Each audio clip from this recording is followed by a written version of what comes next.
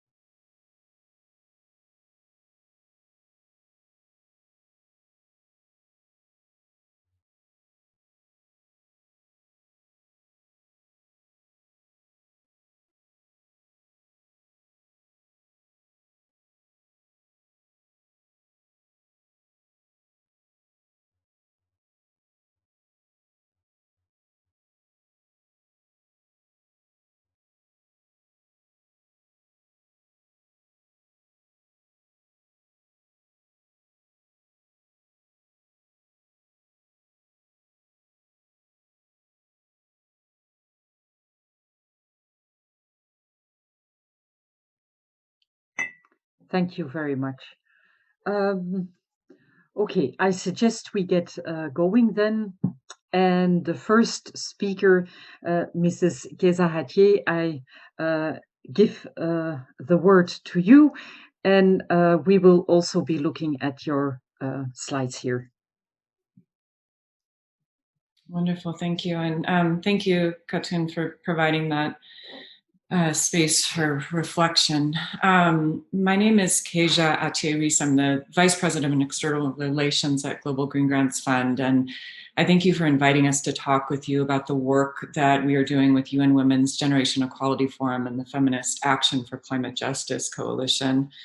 The Rohini Naila Khani Philanthropies discussed in their learning approach in their work with young men and boys this. In the work of creating a gender equitable society, men play an essential role. This is labor that women should not and cannot shoulder alone, but in virtually every society, the traditional framing of empowerment expects women to be the main participants and asks them to take on the unequal systems alone. How do you fund change like this? With this reflection in mind, I want to send a deep thank you to MenEngage Alliance for your existence, for your work, and for ensuring that women do not have to take on unequal systems alone. You indeed are a critical piece to fighting both gender injustice and the climate crisis.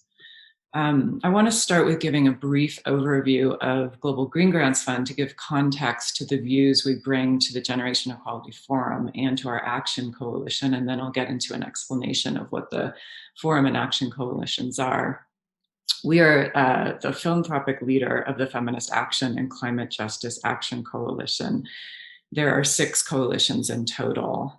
Global Greengrants Fund is a public foundation. We're the only public foundation on any of the action coalitions, which mobilizes resources for grassroots efforts worldwide to achieve environmental justice rooted in cultural integrity, led by communities and grassroots movements. Our model is built around decentralized grant making, in which decisions on funding are made within networks consisting of more than 200 volunteer advisors throughout the world who are part of grassroots movements and have a deep understanding of their needs and dynamics.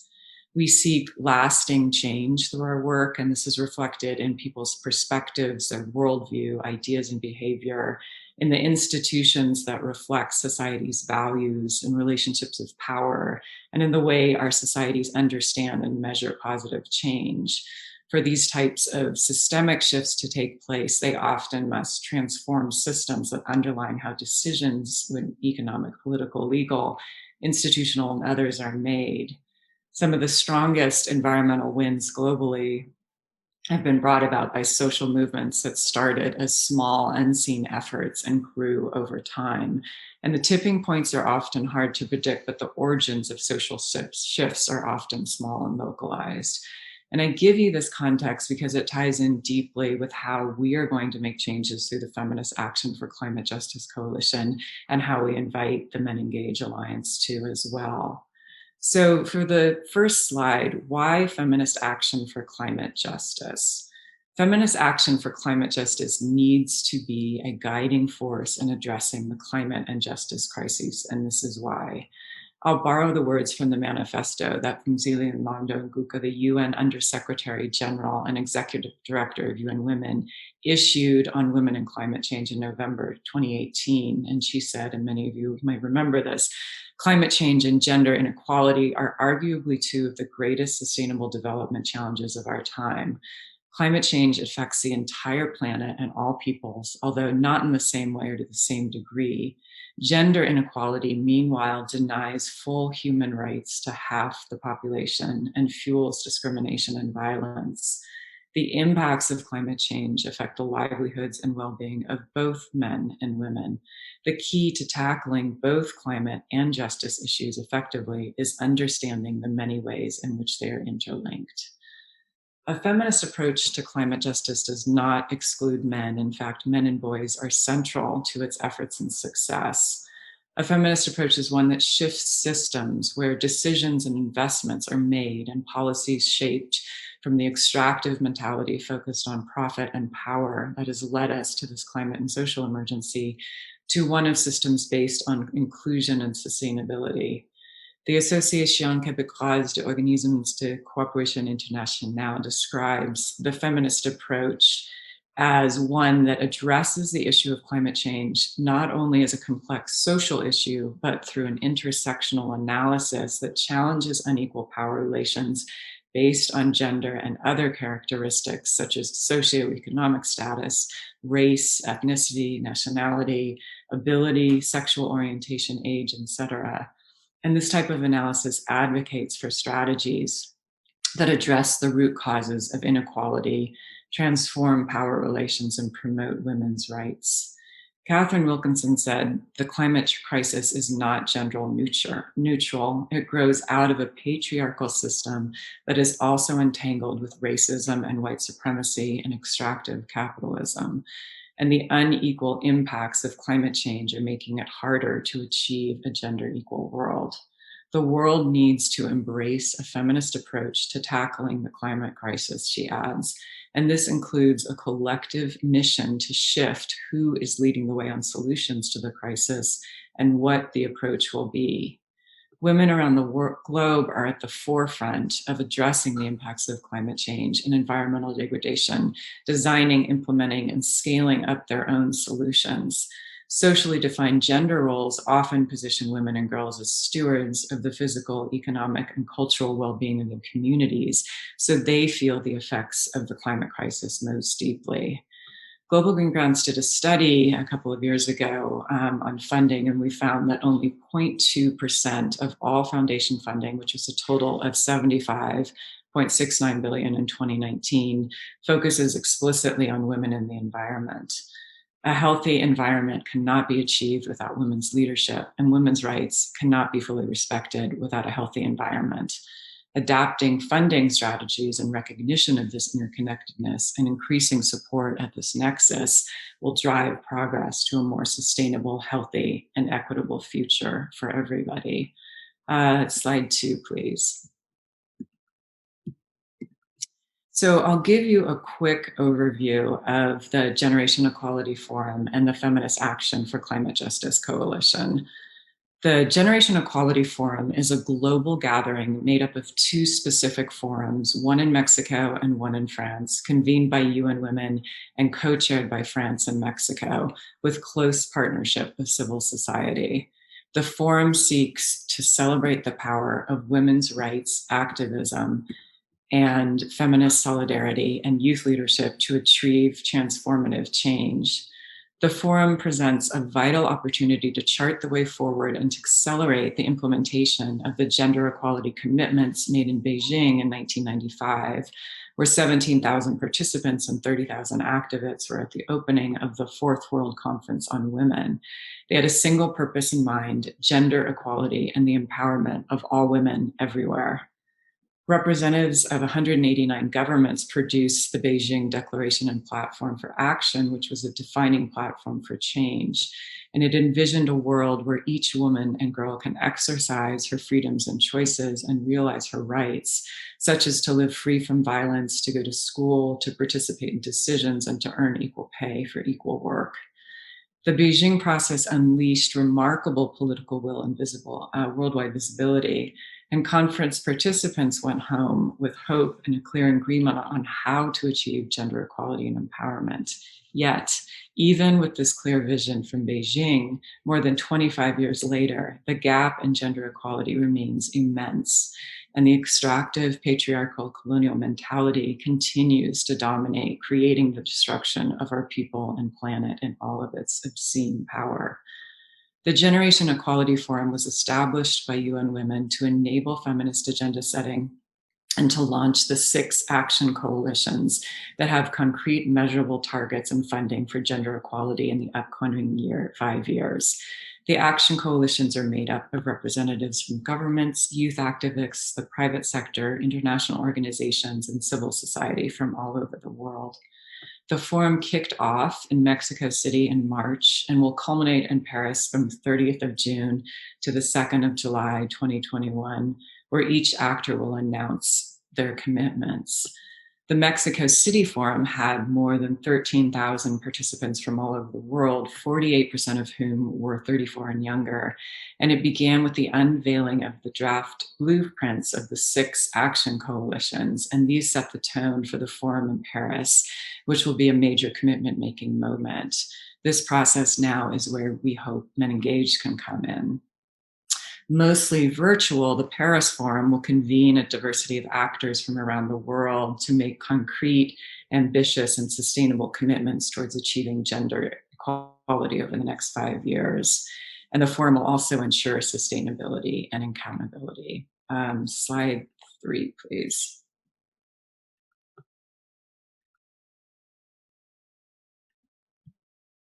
Oops, actually, one before that, the vision slide.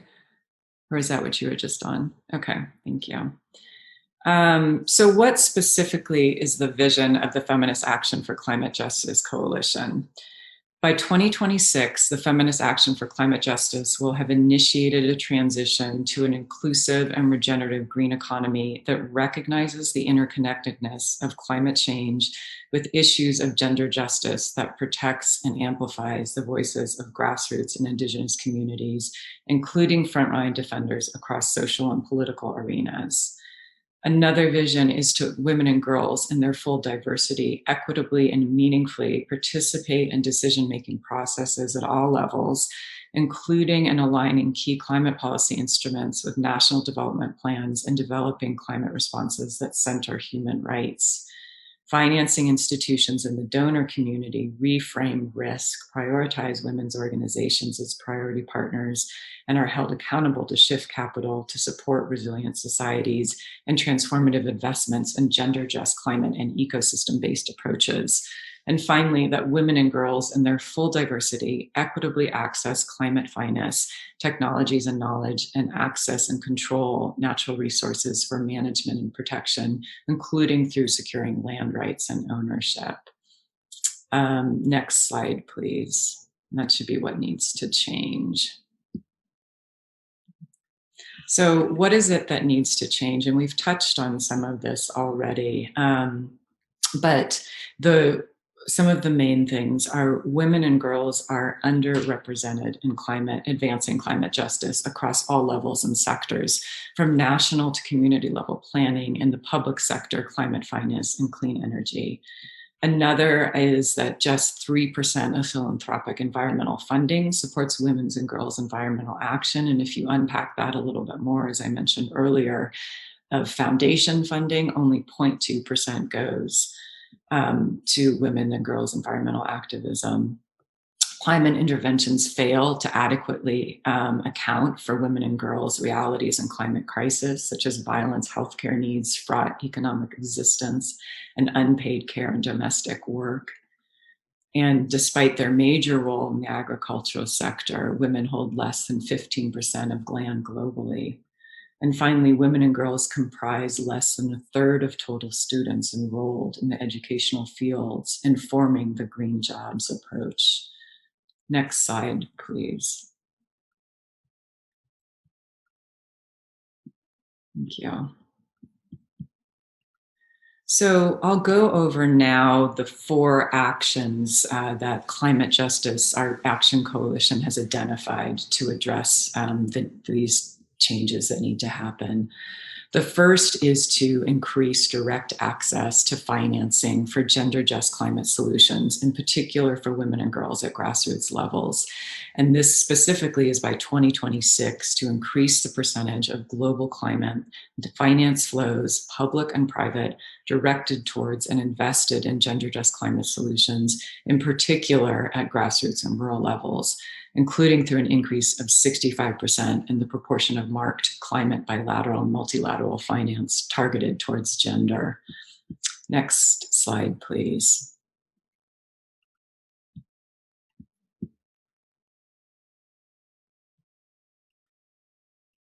The next one is to ensure that enable women and girls to lead a just transition to a green economy. And this is increasing the proportion of women and girls in the decision-making and leadership positions throughout climate and environmental governments and sectors relevant for transitioning to an inclusive, circular, and regenerative green economy by 2026.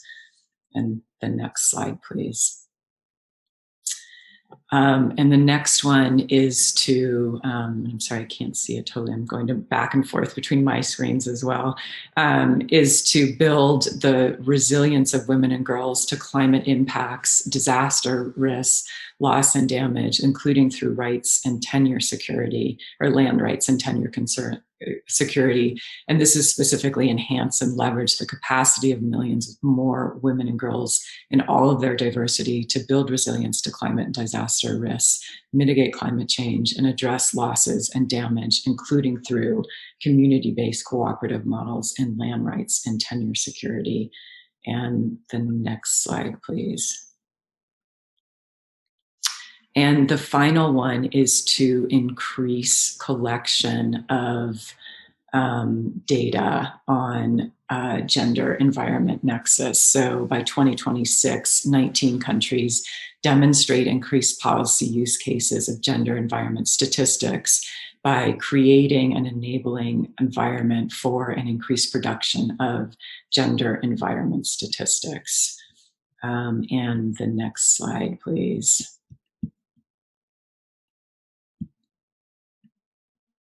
So this is the meaty part. How can MenEngage help? I'll get to specific commitments in a second, but first I wanted to bring in the voices of our advisors. I reached out to a number of them throughout the world to hear how they think members of the MenEngage Alliance can make a difference around the world based on what has worked for them and their similar work. And this is what 3 of them said. One of our advisors in Kenya said, for too long, the gender debate, which is mainly focused on women, land, and environmental rights, has pegged women as the change or advocate agents. But the spotlight so far does not empower women enough or increase their place in society. The best approach, which works for me, is bringing men to champion women's rights in rural and indigenous communities, involving the Council of Elders, who are all men, and other men in the villages as male champions for women, land, and environmental rights. And this has had substantial positive impact. She goes on to say, often we depend on the legal framework and mechanisms in addressing women's land rights and natural resources, and forget power dynamics that control and ultimately prevent women from their rights to land. Community leadership structures play a key role not only as local power brokers, decision makers, and protectors of local practices, but also as gatekeepers to the formal system.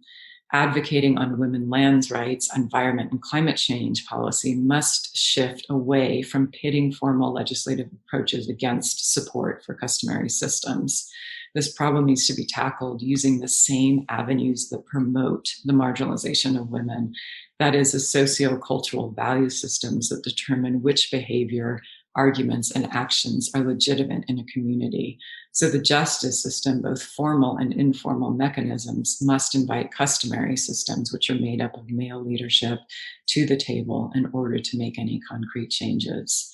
An advisor from Indonesia said that formation of culture starts with the young. The positive experience we have had was when we work with women, they naturally bring in the young and vice versa. This affinity between the youth and women could be used to influence boys before their mindsets are fixed, as the formative years provide great opportunity for learning. When we worked with the youth on nursery establishment for forest restoration among indigenous groups in the northern Mindanao, the young naturally had conversations with their mothers and families. And then they created the formation of home nurseries, which enabled the women and anyone more homebound to take part in activities. And soon the nurseries developed into not just tree nurseries, but a combination of food, medicine, and forest plant nurseries, making the nurseries more multi-purpose and integrated, greatly expanding the reach of the actions and involvement of different people in the communities, including women, the young, and even differently abled people. This is very reflective of how women viewed the world in general, which is interrelated and whole. And finally, an advisor in Ghana reflected that women have suffered years of marginalization, which is socially and culturally determined and being perpetuated. One of the areas in which the marginalization of women is clearly manifested is the ownership, access, and use of environmental and natural resources. And at the center of the social and cultural determination lies the exercise of power. And I suggest the following are priorities to be addressed. 1, the power dynamics between men and women. 2, demystifying the mindset. 3, gender division of labor and patriarchy. And 4, framing inclusive messaging.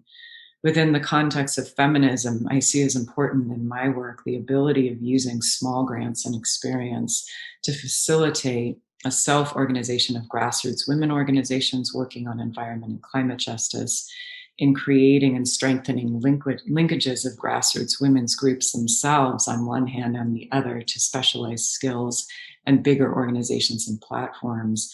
And finally, to the break of isolation suffered by some women's groups and women impacted by climate injustice, and certainly now as well by COVID.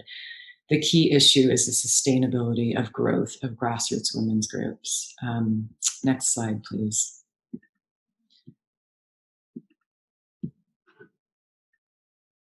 So what is it, are some other concrete steps that MenEngage can take to help with the Generation Equality Action Coalitions through UN? So the first one and most important is really to become a commitment maker. And commitment makers will make bold, transformative commitments to one or several action coalitions. And I can put the other action coalitions in the chat, so you're aware of them. Play a catalytic role in supporting the implementation and monitoring of actions, mobilize other stakeholders around the action coalition, and can become a commitment maker. What's expected of a commitment maker is to make a commitment. And so this includes financial commitments, policy commitments, advocacy commitments, programmatic commitments. And commitments should be game-changing, they should be measurable, and ideally designed with other stakeholders. Commitments should reflect the principles of the action coalitions, which are intersectional feminist leadership and transformation.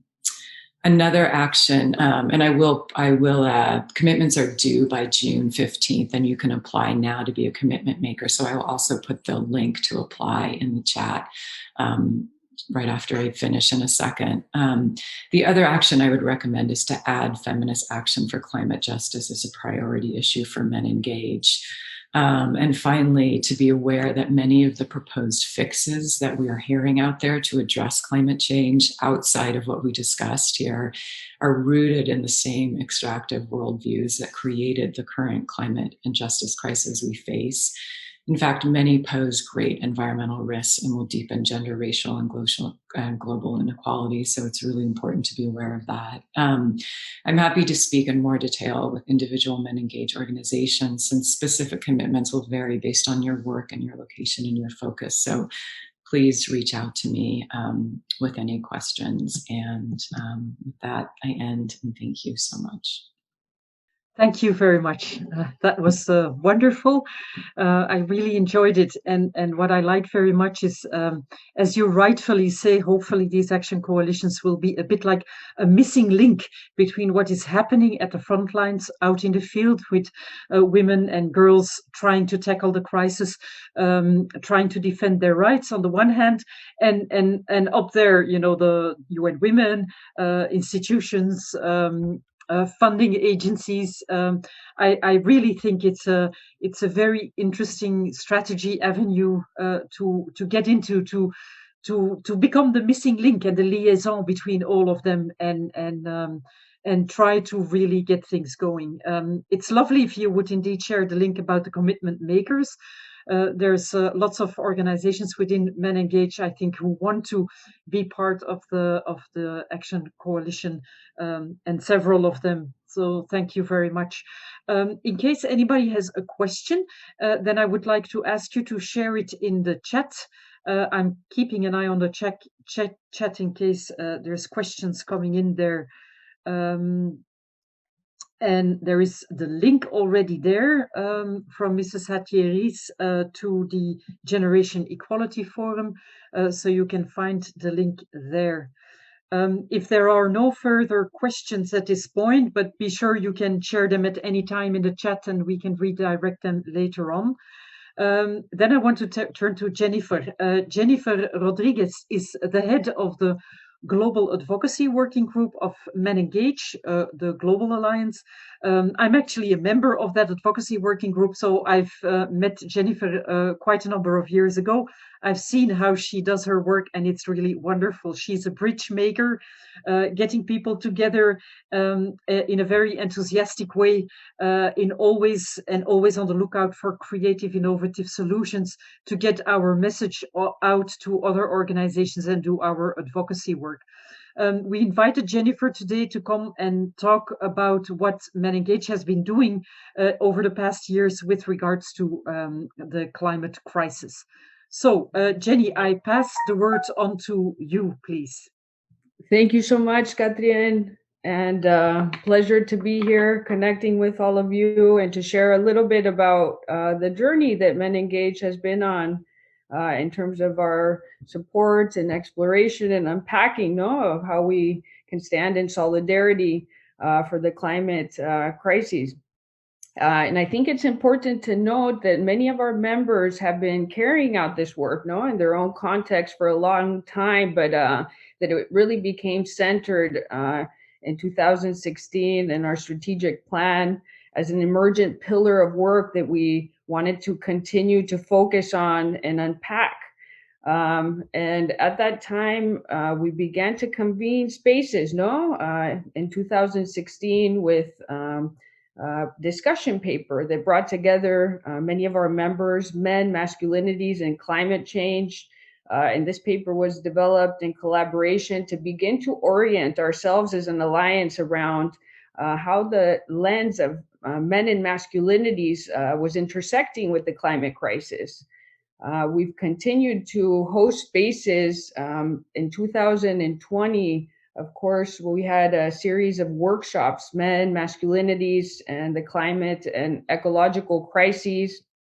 And these were very rich spaces to continue to unpack the work of our members, and unpacked also the work of the book Ecological Masculinities, and a new prototype of the practical guide to supporting transformative change through group discussions of men in the climate crisis, developed by MAN in Sweden in collaboration with the Chalmers University of Technology in Sweden. And so these spaces have continued to allow us to unpack the complexity of applying a men and masculinities lens towards this climactic crisis issue. As of late, of course, many of you might have joined in the Ubuntu Symposium. We've been unpacking over a series of 6 weeks discussion paper that we've developed linked to our new strategic plan, where it continues to be centered.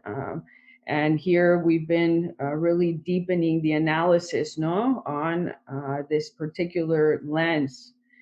As well, over many years, right, we have continued to stand in solidarity and to elevate intersectional feminist policy asks in various policy spaces around climate change through our advocacy. Of course, this year at CSW, doing so there, very important feminist asks within the outcome document of that session, no, for climate change mitigation and adaptation, disaster risk and reduction, and biodiversity and environmental degradation restoration efforts needing to be centered, no, or to center vulnerable groups and communities and ecosystems, including knowledge of indigenous peoples and local knowledge systems. And so continuing to elevate those asks and to disseminate those through our various member states, policy advocacy with member states, also centering how important that was this year in particular, as next year's CSW session, CSW 66, will for the first time center women and climate change as the priority theme. And so the advances in advocacy, solidarity, and standing together with feminist leaders, in this year's policy advocacy was setting the ground for how climate change and women's rights will be addressed and progressed, right, in next year's session. And of course, I have to note, there's been a wealth of knowledge, experiences, critical dialogues emerging from the Ubuntu Symposium. Many of our members, right, leading the session today have been guiding us through a journey of really continuing to unpack the work that's being done, the nuancing of an analysis, right, of an intersectional feminist political systems change agenda for the work with men and boys to transform masculinities towards gender and environmental justice. So we continue to evolve, right, and nuance our political frame, understanding around that this particular agenda through the work of the symposium and all of the sessions that are centering and unpacking, such as the session today.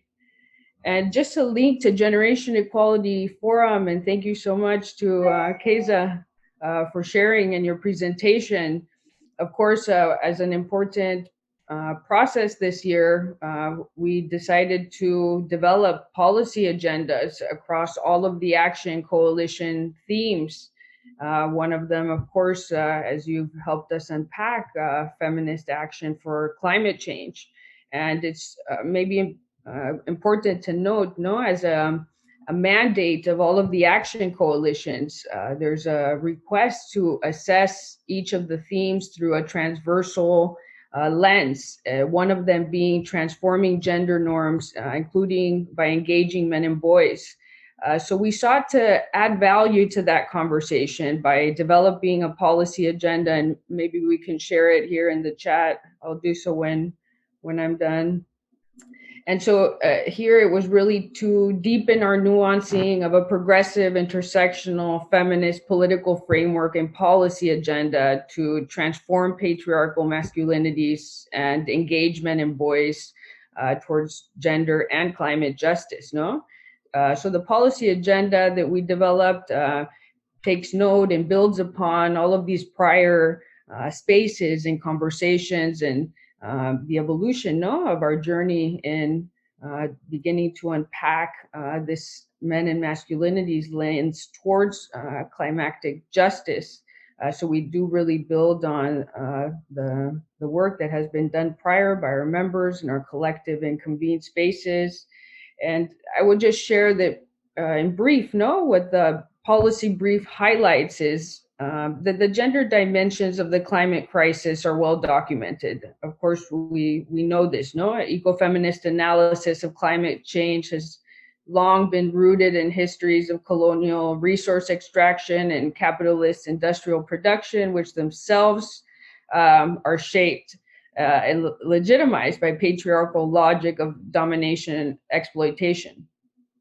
And so also, of course, central to that is the impacts have been most devastating on the most marginalized. And experts have highlighted the need to better understand how harmful ideals of masculinities that include the need to have power over others, and others being understood as women, other men, children, and nature, perpetuate environmental degradation. So making that note of the translation of the logic of power over to people and planet. And so I think it's also important to note from the policy brief that carrying out a gender-sensitive analysis of climate change and masculinities is not a silver bullet. We have to understand the critical need to continue to politicize the work to transform patriarchal masculinities towards climate justice. And that we have to work together, men and boys, women and girls, and persons of all gender identities coming together, and only then can we seek to challenge the patriarchal systems that perpetuate climate change and leave behind a more gender just and ecologically sustainable society for future generations. I think the policy brief also very notably highlights, and really this translates across our broader advocacy agenda, that work with men and boys and to transform patriarchal masculinities must be gender transformative and centered on a gendered power analysis, seeking to dismantle root causes of gender injustice, informed by intersectional feminist analysis, and also towards systemic transformation based on a human rights framework deeply anchored in accountability to feminist women's rights and environmental movements and other social and marginalized movements, very critical to the work that we do. Perhaps I leave it there, and thank you so much. Thank you, Jennifer. Wonderful.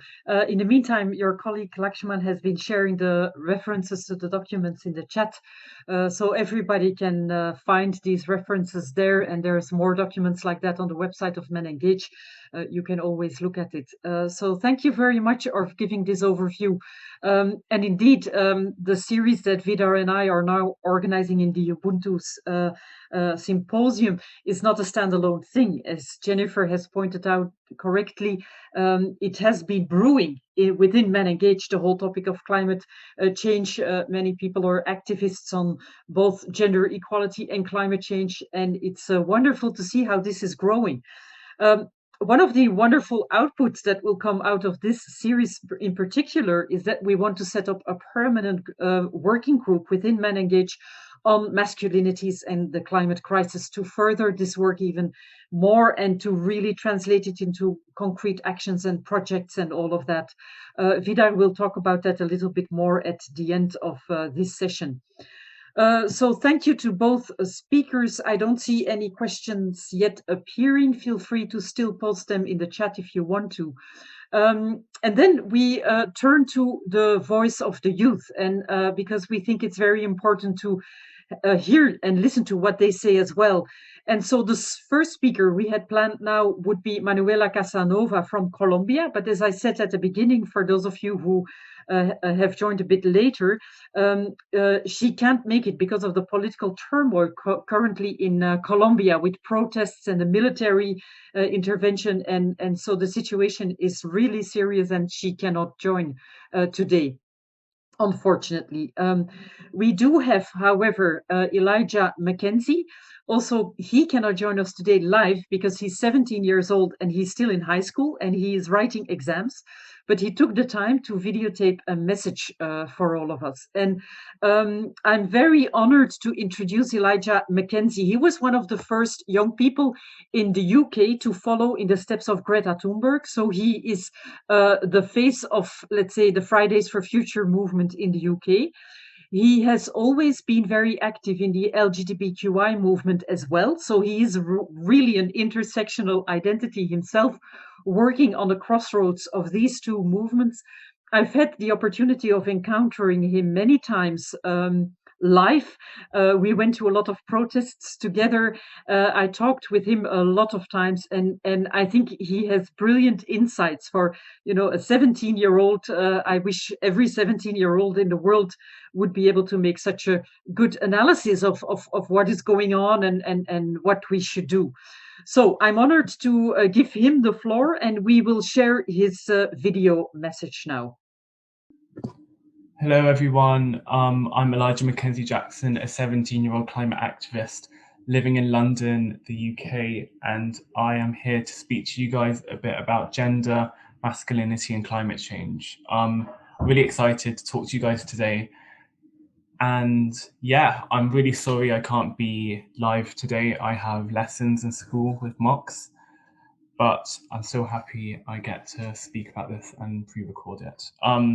So firstly, I think we need to cover a few things about activist privilege, male activist privilege. It's really important as a male personally, and as someone who identifies as a man, to acknowledge the privilege I have through activism first. So one privilege I have is the media listening to me.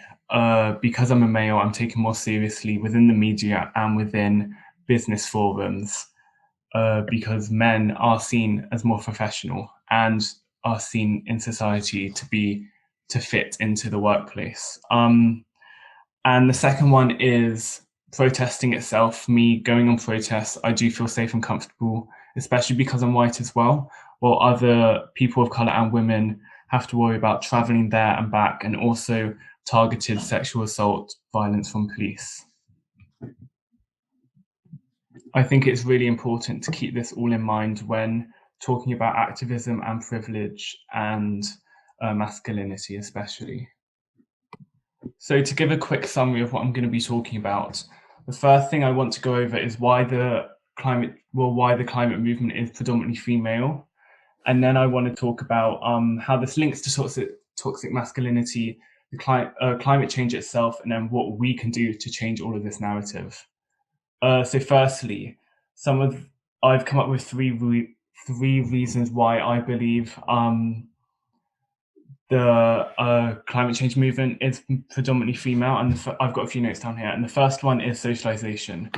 Women are taught growing up that they must take on the expressive role, that they must be submissive and they must be nurturing and caring. This relates very well to climate change. Climate change is destroying people's lives and nature and animals, and women are taught to look out for this and to look out, to care for nature and to care for these animals, and they need to be the ones who do that and take on that role. So that is one of the reasons I believe the climate movement is predominantly female.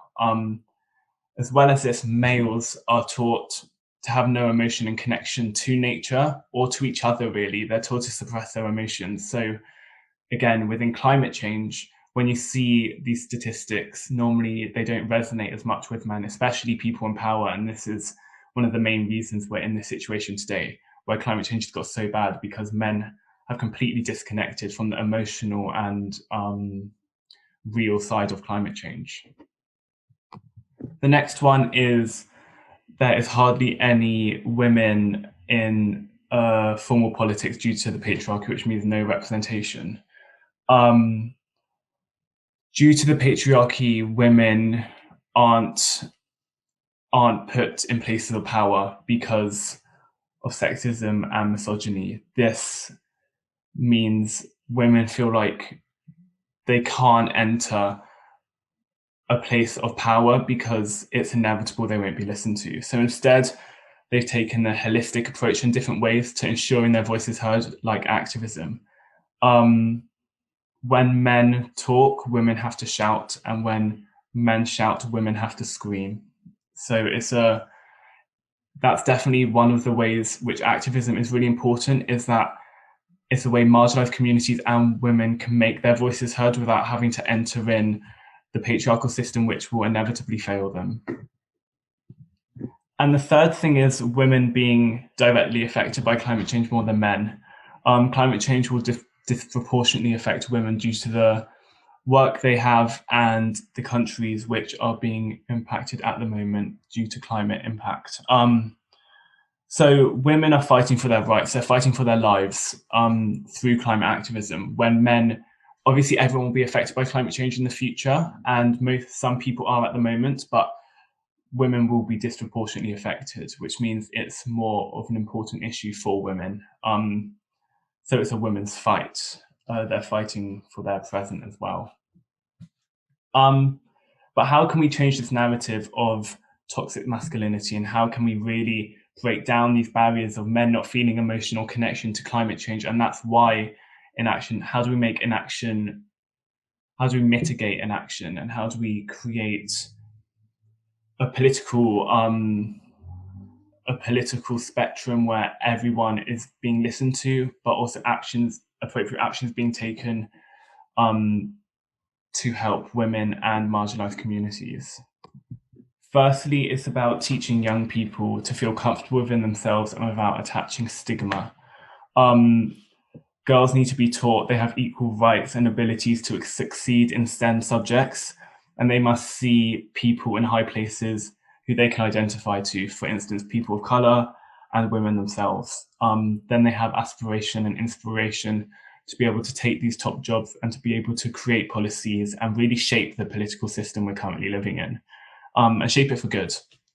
Secondly, men must use and acknowledge their privilege. We have to speak up. We are the ones who are most listened to, so let's use our voice for good and for real change. That's the only way we'll ever get anywhere. And men also must actively have to make space for women and marginalized communities within their work and activism. So then we can highlight these people who are unheard and unlistened to, so they can get more of a platform to create real change. And also that will create greater representation for upcoming generations to see these powerful women in power. Men are currently in power. Well, the majority of people in power are men at the moment. And I think that definitely shows within the action which is being taken. Climate change is such an emotional thing, and the statistics are very real and they're very hard to comprehend for anyone. And I think men having to comprehend that type of emotion is really, really difficult because of the labels which are given to them growing up, telling them that they can't be upset or they can't really empathize with people.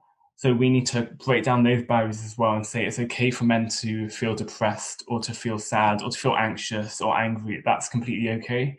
And we need to build from that and funnel that frustration and anger into a real commitment and action, which will inevitably save the globe. So to summarize, men must use their platforms for good and to push for equality, and they must acknowledge the responsibility to highlight unheard people and women and marginalized communities. Thank you so much for having me. I'm sorry this was quite short. I hope it all made sense, and I'm very excited for the future of climate activism. I hope more men get involved and we start breaking down toxic masculinity together. I hope you enjoyed Elijah's message as much as I did. I think it's really very inspiring, and it's very hopeful to see that this young generation of men can really pinpoint where the problem lies with patriarchal norms and how they shape the world and how they want to use their privilege to be part of the deconstruction of that narrative. I think it's a wonderful video message. I see in the meantime, Vidar also added something, how I wish all men older than 17, and especially the ones much older who hold the power in the world, would have the same insight. Yes, I couldn't agree more with what you say, Vidar. Thank you. Okay, with this beautiful message from Elijah, and we wish him good luck in his exams in school, Elijah. If you see the recording, we're with you there. I want to turn over to my colleague Vidar Vetterfalk, with whom I'm co-hosting this series. Vidar will take over from me now, and we will be enjoying for the second hour some practical examples of our Russian colleagues. Yes, thank you very much. And Elijah is really making the bridge very well. And I'm deeply touched. I had the privilege of seeing this recording last night when it was emailed to us, and I was crying. Gives me hope that yeah, there is actually hope for also for boys and men, which means then also hope for the rest of the world. When I see this, and I've been working with these issues for so long, and I just realize how little I know and how much I can learn and have to learn from the young ones. So thank you very much. Actually, I would like us to take a minute and write down some reflections in the chat. What came up in me when I listened to Elijah? If you want to, and it's okay to write in Russian as well, and Irina can translate. Please take a minute.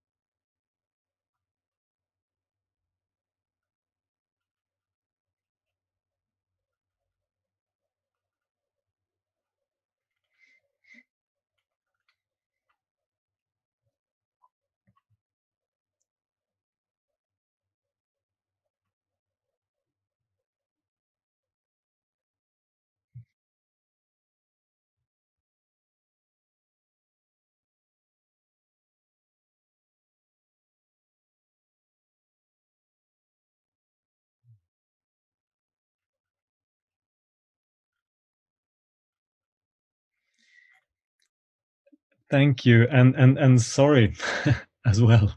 I didn't want to only focus on the last presentation because the two previous presentations were so rich and so important, and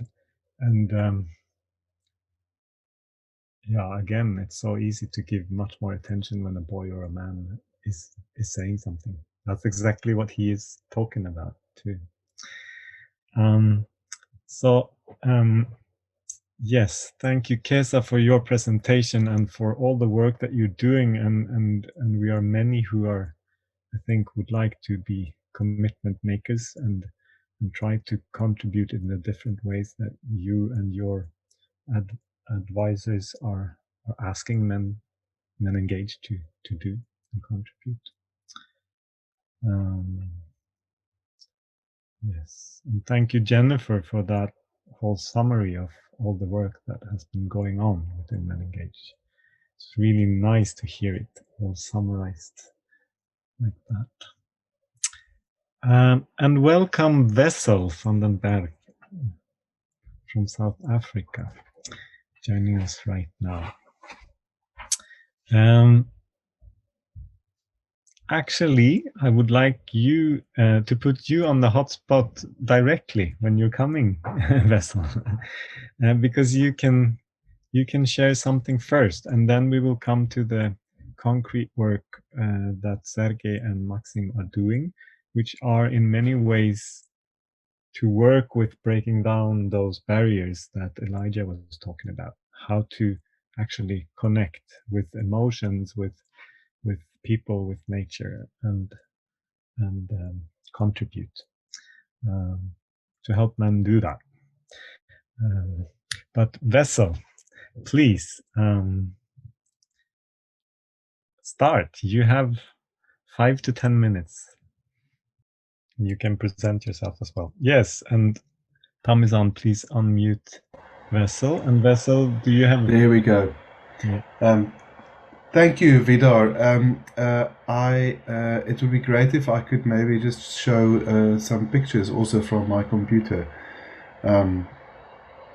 So I'm not sure if I'm able to share at the moment, but it's wonderful to have had the invitation and to join this conversation. It's really nice to meet some familiar friends in the conversation, and thank you, Vidar, for organizing this. My name is Wessel. I am the father of 2 children. My daughter is 7 and my son is 4.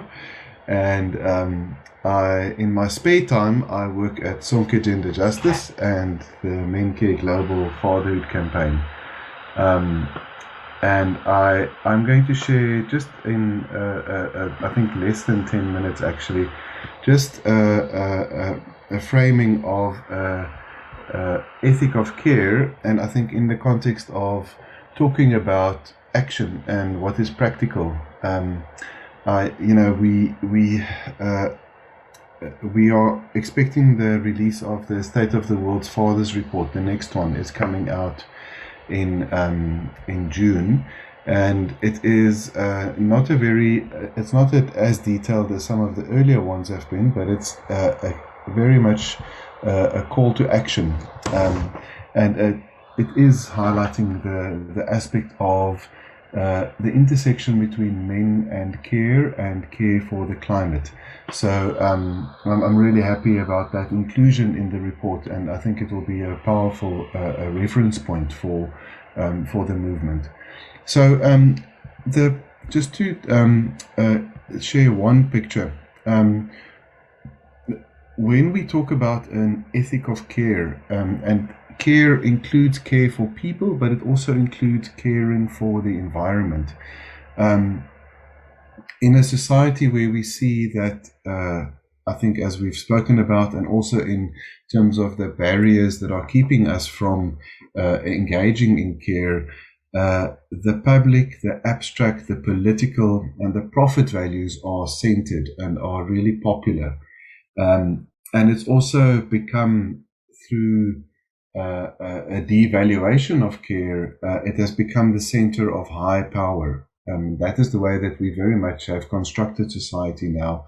And it's obviously gendered as masculine. So on the one side, we have the public, abstract, high-powered, masculine pole.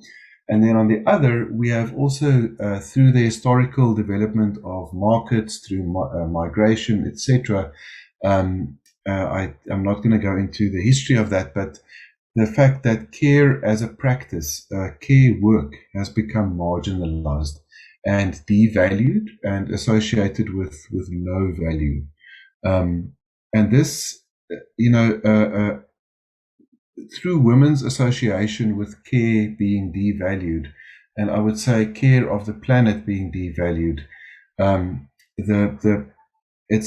it's very much in this association with care work that women's status has become devalued, and I would say the care for the planet has become devalued.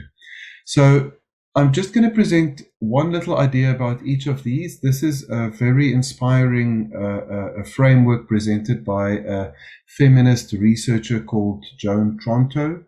And it is her description of what she means by an ethic of care.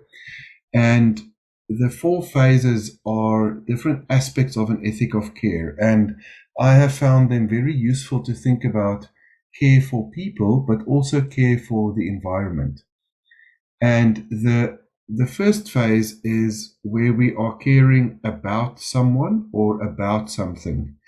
And this is an emotion attached to the care about the other, but it depends on the ethical element of attention to actually notice the fact that care is needed. And I think especially in a society where we have become so used to receiving services from nature without necessarily understanding that we are being provided with services, that we are being provided with resources, it is quite easy not to notice that you are receiving care being provided to you by nature. So the first one is this element of the ethical element of paying attention to what we are caring about. The second one is then to actually take care of something. And the ethical element here is responsibility. And I'm presenting the ethical elements because we are talking about an ethic of care. So this is the value base for care in society that we hope to move towards. So this second element is responsibility, and that means actually putting resources towards taking care of the item or the person or the object or the environment in need of care. It is still, however, one step removed. It is still providing resources for that which is in requirement of care over there. But then the third element is actually doing the work. And here, Toronto and those who have contributed a lot of thinking about this emphasize the close, intimate, touching, proximal engagement of giving care. This is, if you are caring for a person, this is feeding, washing, clothing. It's really it's not thinking about it, but actually doing something. And I think in line with today's session, that's very much where the rubber hits the tarmac, where it becomes practical. And then the fourth one at the end is the aspect of actually receiving care. And the ethical element there, sorry, I didn't mention the ethical element in the giving care, but the ethical element there is actually being competent in providing the care. And because we see care as a systemic a value or a systemic practice, the competence doesn't only depend on the person, but it also depends on the environment that supports them to be able to care.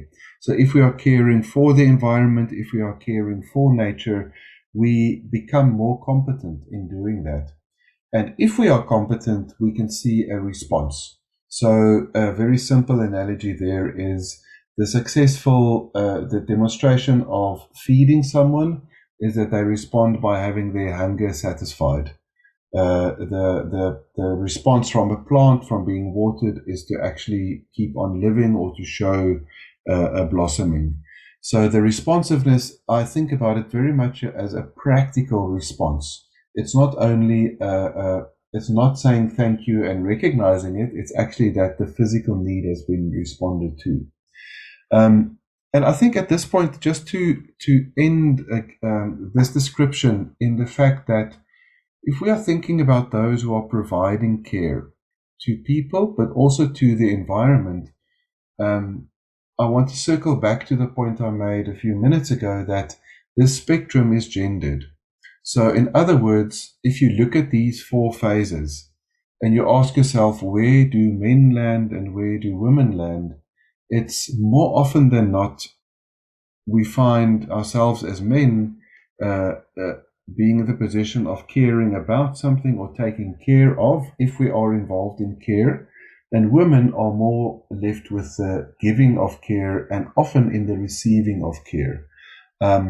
So the question, and I think this is a very deep and long perennial question for our movement, is how do we equalize that so that we improve the value of caregiving in society in order to have both a gendered balance, but also to have especially men more involved in the practical giving of care and receiving of care, especially in terms of men acknowledging our own vulnerability and our own need for self-care. So that was quite a theoretical, diagrammatic explanation. I hope it wasn't too different from everything else that you've been speaking about. But I just in the conversations that we've had so far, Vidar, I thought that this might have been a useful contribution to the session. Thank you very much, Vessel. And I think we will just go right to Sergey now and then to Maxim, because they are moving in this and they're part of trying to change that whole thing. Thank you so much. And there is all of this is so rich, so we will come back. And Men Care as a whole global campaign is really a great platform for that as well, with the MenEngage network. Please, Sergey, welcome. And if anyone came late, please press the globe down and choose language so you get the translation. Sergey need to be unmuted. Tom is on. Yes. Слышно меня? Yes. Здравствуйте, добрый день. Я сейчас включаю тогда... У меня не работает демонстрация пока экрана, и надеюсь, сейчас мне включат ее. И тогда я смогу включить презентацию. Yes. Please, Tamizan, make Sergey co-host as well. I think he was before, but then he was fell out and came back. Да, спасибо. Прежде всего, я хочу сказать большое спасибо и Катрин, и Kézha, и Дженнифер, и Весу за презентацию. Конечно, замечательному парню из Англии, который действительно вообще все было очень вдохновляющий. Парень, конечно, просто большой молодец, и просто здорово, что 17 лет, дай бог, чтобы таких ребят было побольше. Я сегодня хочу рассказать коротко про наш опыт работы на совмещении вот этих двух повесток, той повестки, которой мы давно занимаемся в центре Анны, это ответственным отцовством, все, что связано с этим, и папы школы, и различные рода вовлечения мужчин в активное, вовлеченное ответственное отцовство. Эту работу мы начинали с моим коллегой Николаем Ереминым еще в 2008 году. К сожалению, так случилось, что Николай ушел от нас в 2020 году, но мы продолжаем эту работу. И сегодня не останавливаемся, развиваемся, и многое, что мы с ним вместе придумали, до сих пор, собственно, продолжаем это развивать. И вот как раз одна из тех вещей, о которой хотел вам сегодня рассказать, это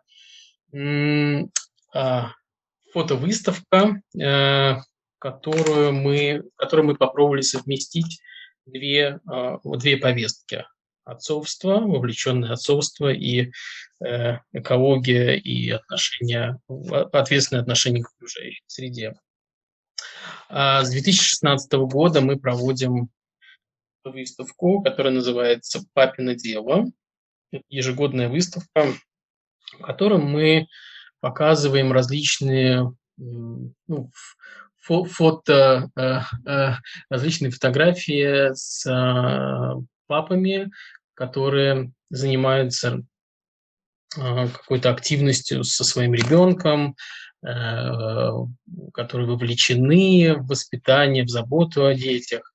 И эта выставка уже стала такой традиционной историей. Они много писали, они много говорили. Но в 2019 году мы решили, как я вам уже сказал чуть раньше, совместить эти две повестки и начать, и попробовать это на выставке. И появился проект, который называется «Папино дело. Зеленая версия». 20 героев мы пригласили для этой выставки, 20 пап с детьми, которые мы попробовали их снять в таком формате взаимодействия и с ребенком, и с природой, ответственного взаимодействия с природой. При этом мы задавали каждому папе вопрос: какую природу вы хотели бы оставить своим детям. И выставка – это не просто фотографии, это фотографии и ответы пап на этот вопрос. И сейчас я вам покажу несколько примеров того, что у нас получилось. Один из замечательных пап, на английском вы видите, что он отвечает.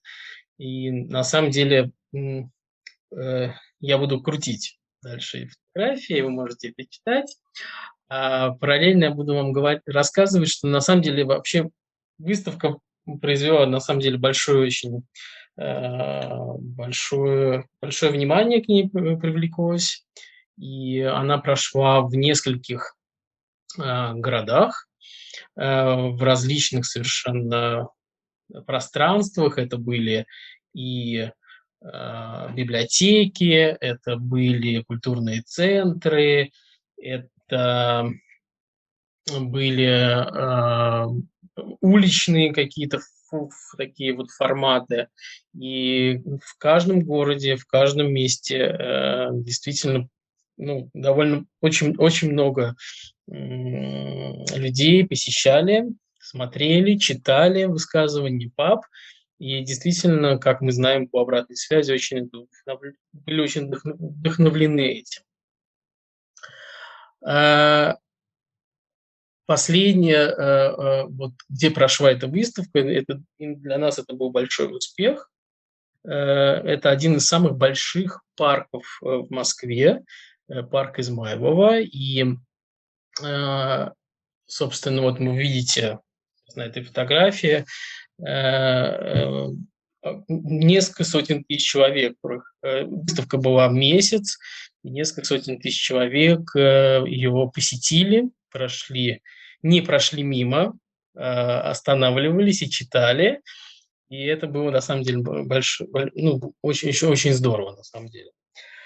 Одним из участников этой выставки был, вот, собственно, его фотография, был прекрасный человек, который зовут Роман Саблин.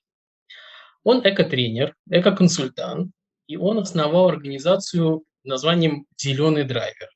Он называет себя экологистом и экоактивистом с 10-летним опытом, при этом он тоже папа. И в рамках этой выставки, подготовки к этой выставке, мы с ним познакомились. И так как он экоактивист и занимается непосредственно тренерством в области экологии, мы решили объединиться и продолжить наше совмещение вот этих двух повесток экологии и гендера вместе с ним. И придумали следующий этап нашего развития в этой теме. Мы решили, что надо начать с того, чтобы наши партнерские некоммерческие организации, активисты, которые работают в гендерной повестке, которые работают с отцовством, которые работают в противодействии насилию, которые работают с феминистской повесткой. Мы поняли, что всем этим людям необходимо прокачать себя на экологию, на экологичность, на ответственное отношение к окружающему миру. И пригласили Романа, и с которым вдвоем и мы вместе с ним сделали тренинговую программу, которая называется «Экопривычки». Это такой целый курс «Экопривычки для ненасилия». И в 2020 году, в нашем тяжелом пандемическом году, мы все-таки провели этот курс. Это наш первый такой шаг по такому углублению в эту тему, совмещению этих двух повесток уже на профессиональном, на уровне специалистов, на уровне активистов. И этот курс, целью его было снабдить новыми знаниями и технологиями на стыке гендерных и экологических проблем. Специалистов, работающих в поле профилактики насилия в близких отношениях, ну и, в принципе, конечно, нести добро в массы через экологичность. И, собственно, мы сделали 8 занятий, и они действительно прошли с большим успехом. И мы реально прокачали наших коллег, и я в том числе и себя, на экологичность. И это было невероятно здорово, это невероятно полезно и совершенно по-другому поменяло наше представление, мышление. И совершенно по-другому взглянули на наши будущие проекты в том том числе. И вот, собственно, те темы, которые мы освещали в рамках этого курса. Это и раздельный сбор отходов, это стоп одноразовые, многоразовые альтернативы, это расхламление пространства, как экологично избавляться от ненужного, это и экомаркировки, и энергосбережение, и эко-волонтерство. В общем, мы взяли практически все самые важные эко-аспекты и углубились в них, и проработали. И на каждом занятии мы делали вот такие мостики к гендерной повестке, обсуждали. И по итогам этого курса мы поняли, что невероятно огромный просто пласт, которым мы не занимались, и который действительно можно совмещать, и которым нужно заниматься. И на следующий год, то есть вот в этом году мы продолжим эту историю, и будет второй курс, который уже будет еще более углубленно будем углубляться в совмещение вот этих двух повесток и думать в том числе о практических действиях в рамках наших организаций, в рамках наших инициатив по России. Вот такая вот история. Thank you very much, Sergey. And as you say, this was your very first step in combining those two agendas of gender work for gender equality and for the environment. And I think again about what you shared, Kézha. Точно. In the beginning, oops, I get delay here now. I hear myself. What you shared, Kézha, about starting things small, supporting local things that can develop from there, and then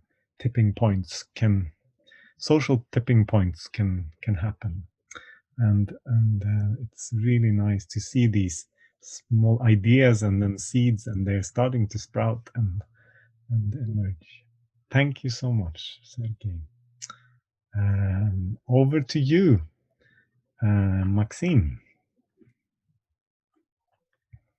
Да, здравствуйте, коллеги. Я сейчас открываю свою презентацию. Я надеюсь, ее видно. И настрою с текущего слайда. Да. Сергею спасибо за презентацию. Первая часть твоей работы отцовства доехала до нашего города, хотя между нашими городами почти 3000 километров. Я живу на юге России. У нас тоже меняется климат, и уже в марте у нас больше 20 градусов, что все-таки необычно. Хочу сказать о сегодняшней встрече. Мне очень нравятся эти переходы от разных тем и разных опытов. И в своей работе психологом вот здесь об этом говорили, что женщина очень активная в теме ненасильственных отношений в семье и к природе. В 2013 году мне предложили поработать в кризисном центре помощи женщинам по программе работы с мужчинами. Это был формат папа-клуба, и мы обсуждали там разные темы. И за эти 8 лет много что изменилось. И я хотел бы вам рассказать об этих практиках изменений в моем опыте и с теми мужчинами, благодаря которым я осознал, как эти разные темы насилия в семье и жестокого отношения к природе связаны иногда между собой. Вот говоря о насилии, думаю, надо сказать все-таки, что в нашей стране большая редкость, когда мужчины работают над этим. Вот в отцовском клубе отцов, мы поднимали темы отношений, партнерские отношения, отношения женщины в семье, отношения с детьми у мужчин после развода, потому что в России это большая очень проблема. И многие мужчины, оказалось, хотят говорить об этом, о том, что они о какой-то своей боли, о том, что они чувствуют себя иногда отстраненными. И вот тема отстраненности и при этом агрессивности оказалась очень важной. Очень часто ее поднимали в мужских встречах, и поднимался вопрос о том, что мужчины могут относиться к себе более человечно, с эмпатией, к себе, к женщинам и, в конце концов, к природе, к окружающей. Это такая непростая концепция, но она очень часто у нас в мужских встречах начиналась с проблематики семейной, с проблематики насилия. А дальше мы переходили, а как же мужчины относятся к себе? И это оказалось очень интересно, потому что многие мужчины говорили о том, что они живут очень часто в ощущении небезопасности. Вот где-то на этой вот фотографии как раз мы там обсуждали когда-то тему небезопасности в семье, но многие мужчины говорили, что и на дорогах, например, у нас очень высокий уровень такого агрессивного вождения. Мужчины иногда, чувствуя себя и желая быть героями, ставят себя в очень опасную ситуацию. Это происходит во время движения машин, это происходит в отношениях и в семьях. И вот проблема равенства, партнерства и признания своей силы, своих некоторых привилегий, вот это очень непростая работа, она оказывается востребованной. Мужчины, не просто мужчинам, но очень интересно рассуждать об этом в мужских группах. Потому что мы приходим к стереотипам о том, как мы воспитывали мужчину, ожидая от них какого-то героического поведения и некого такого отчуждения от своих чувств, невнимательного отношения к своим чувствам, к своим страхам, к своей уязвимости, к своим опасениям. И в связи с этим, когда мужчины не чувствуют себя, у них очень часто развивается отношение такое предвзятое к чувствам других людей, прежде всего женщин. 3 года назад мы запустили программу в своем городе по работе с мужчинами, вообще с людьми, которые являются обидчиками в близких отношениях в своих семьях. И не сразу, но оказалось, что эта тема тоже важна, что есть мужчины, которые понимают, что они совершают очень опасно себя ведут в семье, и это тоже для них, несмотря на то, что они чувствуют иногда свое превосходство, но тут возникают другие чувства: стыда, вины и, в конце концов, разочарования, в том числе и к себе, в отношении своей роли. Вот такие группы уже проходят 3-й год, и если бы не женские кризисные центры, не женщины, которые обратили внимание на эти темы, наверное, вот лично я бы не понял, насколько это важно, и не осознавал, что эта работа востребована в нашем обществе, в котором мужчины очень часто не понимают, что с ними происходит, и усложняют свои отношения в семье и остаются без семей, и испытывают самые разные чувства. Внешне это очень часто лицо героя, а внутри это бывает очень по-разному. Это очень часто уязвленность и стыд. Вот такие переживания. Но, значит, уже в 2020 году мы стали думать о том, как эти две темы соединять, потому что мы ставили вопрос, что мешает мужчинам включаться в обсуждение тем ненасилия по отношению к женщинам, по отношению к природе. И некоторые мужчины нам говорили о своих переживаниях. Здесь было прекрасное выступление по поводу заботы, что заботиться о ком-либо на самом деле зачастую связывают с женскими какими-то практиками. Но мужчины хотят быть хорошими отцами и хорошими партнерами. Что мешает мужчинам это делать, выяснялось, когда мы говорили о чувствах, об опасении, о потере контроля, власти и, конечно же, о стереотипах. Потому что влияние стереотипного поведения, того, которого мужчины восприняли в семье, в обществе, очень часто давлеет на мужчин. И выйти из этих стереотипов бывает очень непросто. Но очень интересно это обсуждать.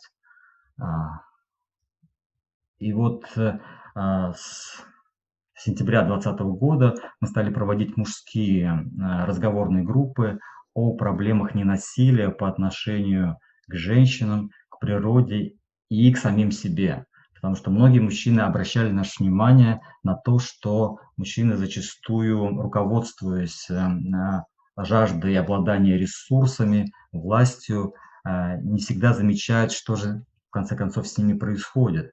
Они могут остаться с этими ресурсами, они могут остаться с этой властью и в то же время не чувствовать себя своей жизнью, испытывать при этом какое-то странное чувство пустоты, ненаполненности жизнью или наполненности какими-то внешними, не всегда интересными целями.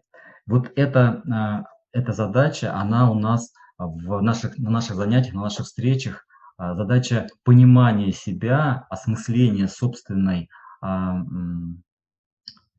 стереотипов,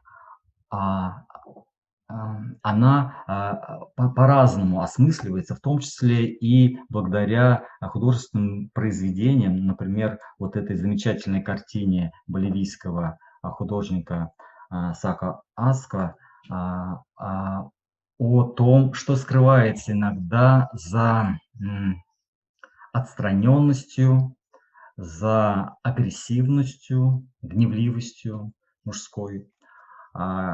Какой слой чувствительности иногда скрывает эта масочность, это героическое иногда мужское восприятие себя и желание предстать перед другими абсолютным героем, хотя на самом деле большое мужество требуется иногда от мужчин, и мы всегда говорим о том, что что мы это ценим в группе, когда мужчины говорят в том числе о своих очень таких непривычных переживаниях.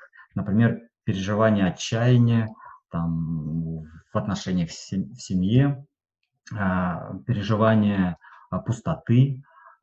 И вот эта пустота, это закрытость иногда мужская, на котором строится насилие.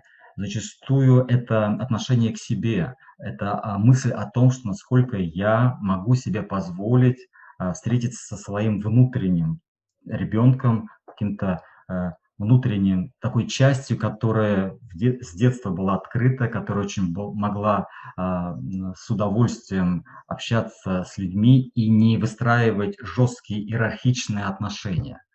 Вот эта работа, она у нас существует в двух программах. В программе по работе с насилием в семье и в программе по работе с отцами. Она интересует многих мужчин, и у нас есть уже такие заказы от организаций, которые заинтересованы в том, чтобы, особенно там, в тех организациях, где большинство работают мужчины, это, например, полиция, это организации, связанные с перевозками, они заказывают у нас небольшие такие лекции, где хотят услышать на эту тему некоторые идеи о том, что доминирование насилия – это достаточно опасная такая стратегия для мужчин, которая может привести к одиночеству в семье или за пределами семьи после развода и к ощущению такого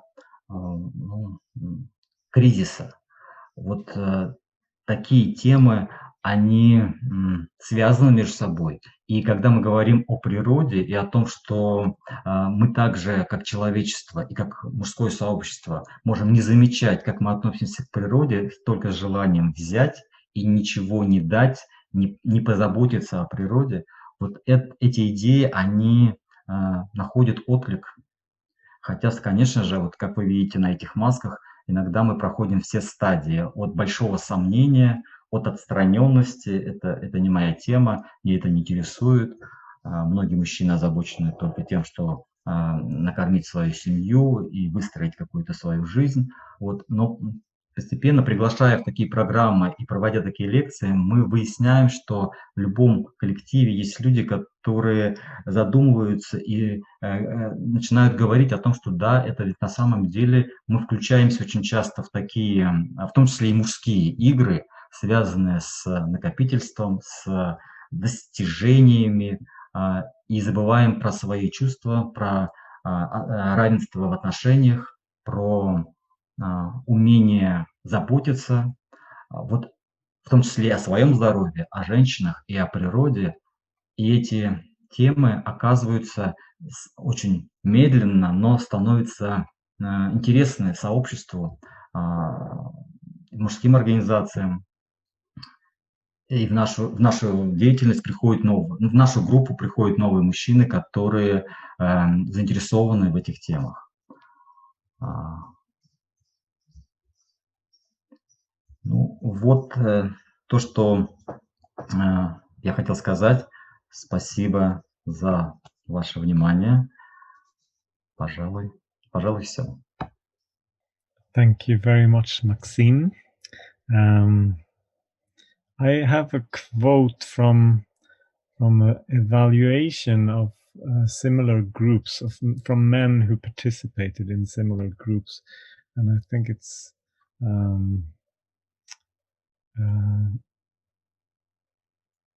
I posted in the chat.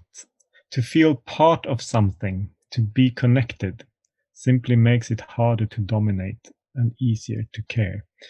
And these are words from participants who participated in groups like this.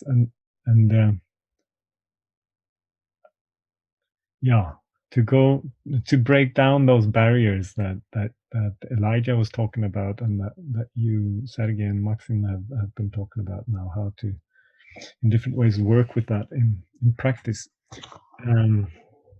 It's a difficult process, and it's a process of becoming aware of your own blind spots, your privileges, your power, and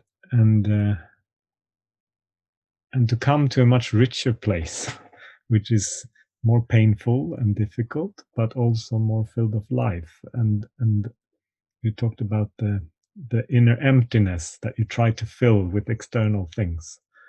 And it seems like when we get in touch with our real needs, with our real longings and talents and so on, and in connection with each other, with persons, with women, with nature, with children, with people of all genders, that's so rich, and that's where we can really start to live and step in to the ecological system that we are part of and contribute instead of extracting and using. So thank you so much for all the work that you're doing and everything that you're learning and that we can learn from you. I wonder, Marina, if you also would like to say something or share something or reflect about these things. I think you are maybe still muted. Now I'm unmuted. Thank you. Yes, thank you for all the great presentations. It's really inspiring today, as always. And Maxim and Sergei, they shared our, initial steps in addressing connection with violence against nature and against women in Russia. And also what we are doing, we are trying to develop practical steps that will be available for a very broad number of organizations. What we are doing, we are engaging environmental organizations to work with us. And as a result, both directions will benefit. So we will be designing a program that will be actually addressing gender issues, masculinity norms, violence against women and nature, and individual environmental practices. This is a challenge because in Russia, many things are still at the very beginning of development. And for example, environmental programs, they are usually focusing more on what big companies do, economy does to nature, without really naming who is responsible for that, basically. And that's where we are trying to make a change at this level. And we are very excited because we are learning as we are going. Frankly, the first step, even to have a program on environmental awareness for all of our organizations in the women's organizations, crisis centers, working with violence against women, it was a very first step to prepare, as Sergei shared. But we now see how much impact it already had. And we now have our own circle of activists who already position themselves as eco gender activists. So this is where we are at in Russia. And it is great for us. This is a great learning process for us, and a great learning space. Thank you. Thank you very much. Yes. Okay.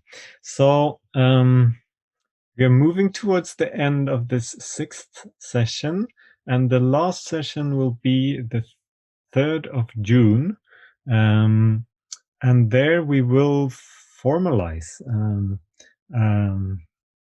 launch a formal working group within MenEngage focusing on climate justice.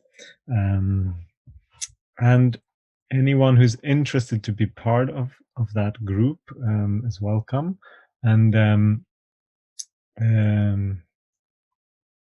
yeah, we will prepare for it as well. Maybe write some kind of manifesto or make things clearer. And this is a great development from just. I remember we had the MenEngage Global Symposium last time in 2014 in India, Delhi, and we were starting this conversation. Is it possible for MenEngage to contribute in any way to also the climate justice agenda?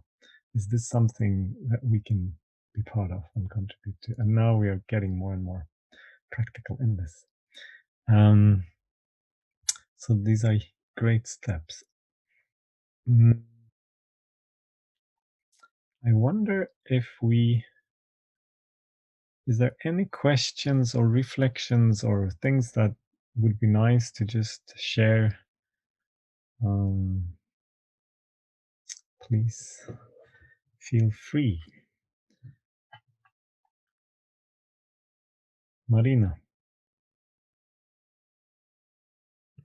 Well, I think what I wanted also to stress here is that there is a significant difference between countries where there is gender awareness and there is at least some level of gender awareness, and with countries with very patriarchal macho system like Russia. And there are other countries like that. So I think what we need is also have more horizontal learning experience and sharing to better understand where we are at. I think it is very important to keep dialogues and conversations at the international arena, because, for example, for us, when we are doing our baby steps, we still get support from MenEngage. We study the website and all the programs and MenCare program. So we get inspiration from a lot of international programs that exist also in countries similar to Russia. So I just want to say that I think it is very important to keep international conversations, also discussing how to function in more difficult environments where there is a lot of resistance currently to even the word gender. So these are challenges that we have, and we are finding our ways to do that. But international solidarity and cooperation is very important. Thank you. Thank you, Marina. And just to add to that and to clarify, it's so amazing that you are the ones who are really pioneering work with masculinities and gender and environment and climate, and we can all learn a lot from you. So it's really reciprocal in all directions. For example, the exhibition that you shared about, Sergey, I don't know of any other exhibition like that yet globally. Спасибо, Видар. Я просто хочу тоже пару слов сказать. Мне вспоминаются слова вот нашего коллеги, экологиста Романа Саблина, с которым мы вместе делаем этот курс. И у него цель, как у экологиста, как у человека, который занимается эко-просвещением, вот когда мы с ним обсуждали, для него цель, чтобы 5% населения России изменило свое эко-поведение.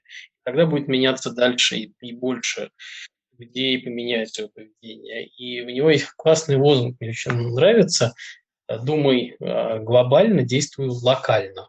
И мне кажется, он такой очень, не знаю, меня очень вдохновляет, очень мне нравится. Вот, и я стараюсь тоже теперь этого лозунга придерживаться. Ну, действующие такие слова. Всем удачи, большое спасибо за сегодняшний разговор. Thank you so much. Yes, I want to mention also that one thing that is taking place now between yesterday and until the 2nd of June, before our last session, webinar session, is an international online workshop group where we are practicing one of the materials that has been developed for reflective groups for men, but now it's done in mixed gendered group and with different steps in the workshops. And it's very much about connecting back to get away from the patriarchal division of women and men, of humans and nature, and to really connect. And it's so powerful. It's so simple. It's about listening to each other and to listen to ourselves and to practice that. And it's so extremely powerful. Thank you. Katrien, do you want to say something here in the end? Or no, thank you. As always, I'm very impressed with everything that the speakers said. And I think we've got lots to think about again. So I hope to see many of you back for the last seminar and the launch of the working group. So thank you, everyone. Thank you. And I want to explain also that in all the previous sessions, there have been many more participants. And one reason why there are fewer participants today is because we were not able to spread the information about this event for different reasons. But the nice thing is that it's been recorded, and so everyone can see it afterwards. And Kézha, you also promised to share your fantastic speech in text, which is really, really great. I tried to take notes and I'm a bit slow with English, so that's really nice to be able to see to get that. And the Paris gathering in June, July Sounds really, really exciting, and we look forward to that as well. Yeah, Laxman, do you want to say something in the end? If you're there. Sure. Thank you all. This is, it's been such an inspiring process with this workshop on making the connection between the work that we do on the work with boys and men, transforming masculinities with the climate justice agenda.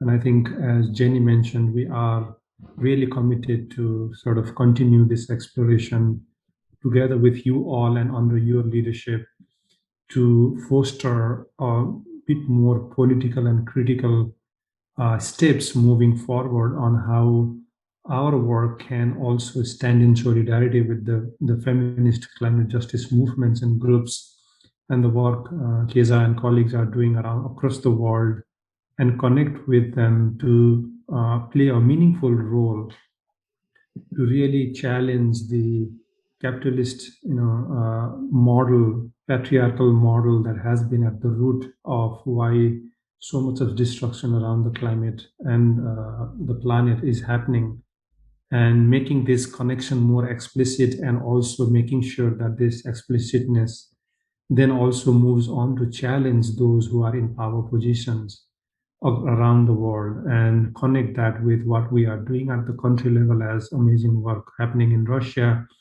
learning that other works happening in other part of the world, and making those interconnections and learning opportunities. As Marina, you rightly mentioned, how can we horizontalize and also decolonize the learning process and what constitutes knowledge, because again, knowledge on in itself becomes power. And in a movement where the global north has been very much influential on deciding what the agenda should be, and I think for MenEngage, I think we need to stand also to decolonize these practices so that the works happening in global south can be the lead in designing, in shaping the broader international commitments and agendas when it comes to climate.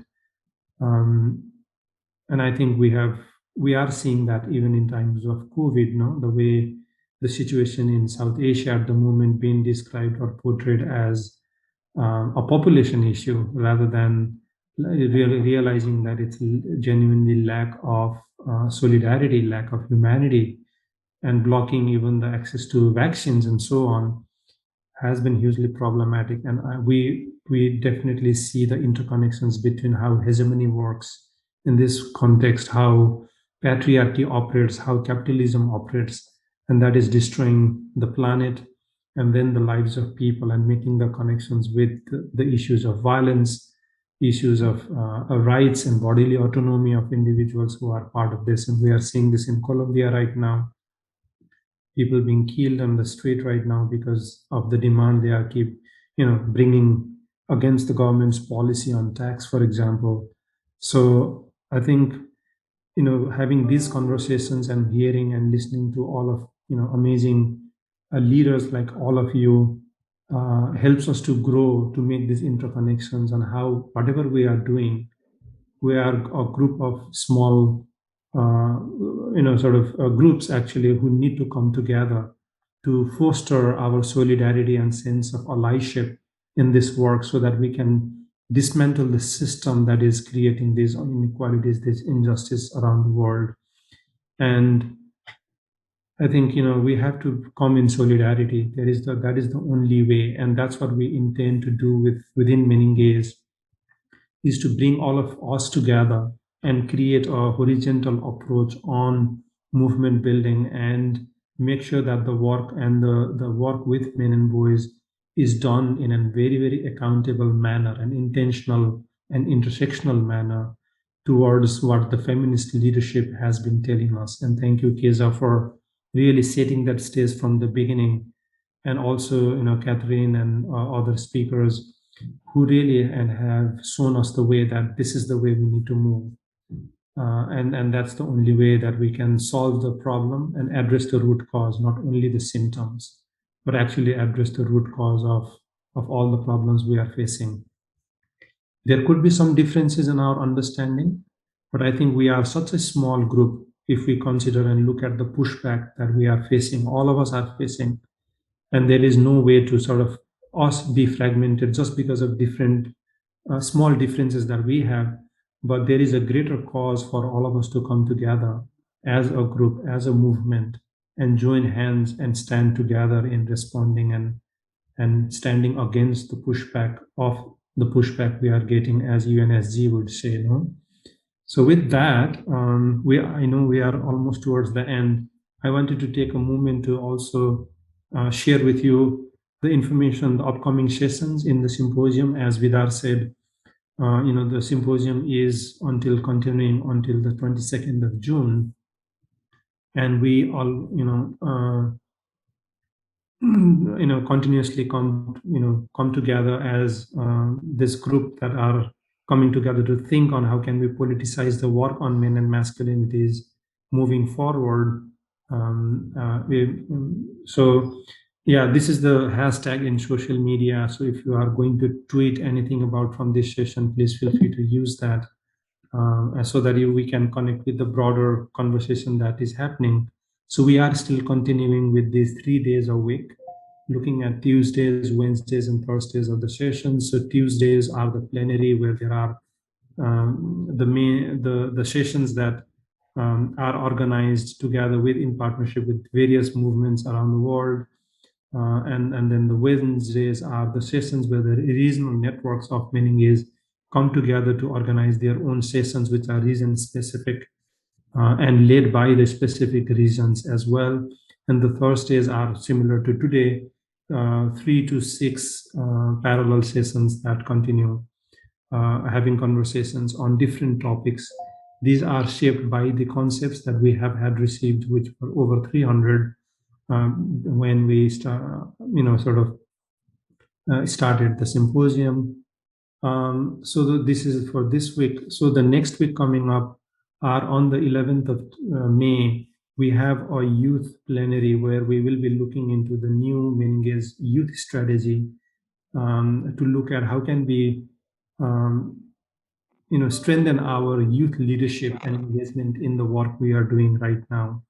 As we heard, there is so much of leadership and capacity and capability within the young people that most of us adults can actually learn and be more innovative in the way we strategize in reaching to our own vision and mission. The 12th of May on Wednesday, there will be a MenEngage Europe session on backlash and radicalization and prevention strategies on working with young men. So this is a MenEngage Europe regional session that will take place on that. And also on the same day, we have Men in Climate Crisis workshop. So that Vidar mentioned, the second of it is on the 12th of May. So, and then there will be another session on politics of care, which is also part of another series that Wessel talked about, which is the 4th one in this series, Men Giving Care, Care Too. So the continuum he presented, so the next part is to Care Too. And then on Thursday, the 13th of May, we will have these as parallel sessions. So developing a feminist framework of working with boys and men on masculinities.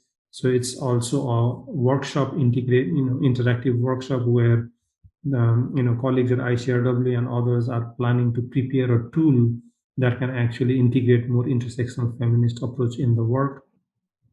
That will be in English. Movement building to counter patriarchal backlash, a conversation in this space. So this will be again in English, so that will focus more around the backlash we are facing in the work on advancing gender equality and women's rights. Masculinist logic of protection, exposition of masculinist logic of protection. So this is again looking at the nexus of masculinity and security in the context of India. So that will be again in English. The past, present, and future of engaging men in sexual reproductive health and rights. That will again be in English. The transforming masculinities from restorative practices and circles of peace. So that will again be in Spanish, which will more look around what does a restorative justice process looks like and what that means in practice. So again, you can find the agenda and the detailed information of all these sessions at this link. When you go to the menu called agenda, and if you scroll down to these particular dates, you will see these sessions listed. If you click on each of these sessions, then you'll find they will open up and there will be more information around the speakers and the link to register. Because we face some challenges with regards to the sessions, we had some trolls join in, so we had made that everyone who would like to join have to register every time they are joining in any of the sessions. So sorry to make it a little more heavy, but it is just for the sake that our sessions are not disturbed by anyone. And then again, you can also find there, if you are still using the app, these apps and the app on the web for version are available in English, Spanish, and French languages. So feel free to use that and get more information. There you can look at the programs, look at the speakers, bios, and so on. But also the recordings of the sessions can be available. But also we have made those recordings available that, as Vidar said, no, we are recording this and we will be putting this recording in the YouTube channel in a couple of days, so that, and then we will always obviously let you know once it is online, and you'll receive an email from our colleague Bianca with the information on how you can further disseminate it, and feel free to disseminate it in your own networks, and also join the discussion boards. That also includes Ubuntu Symposium declaration, and there is a link on how you can join and contribute in that process as well, and the discussion boards in the app. And once again, thank you very much for all your support and continuously joining us in the symposium. And we look forward to having you in next week and the following weeks as well in the session. And yeah, with that, really thank you to Katrien, Vidar, and team at Anna Center in Russia, and Kézha for joining us, and thank you, Jenny, but also thank you, Irina, for your translation support, which is highly valuable, and thank you for being here with us. And also thank to everyone joining us today, and this is the beginning, so we will continue. Our struggle continues. And thank you, Tamizan, for all your technical support as well. Right, yes. Thanks, Tamizan. Bye. Bye-bye. Take care. Everyone, take care.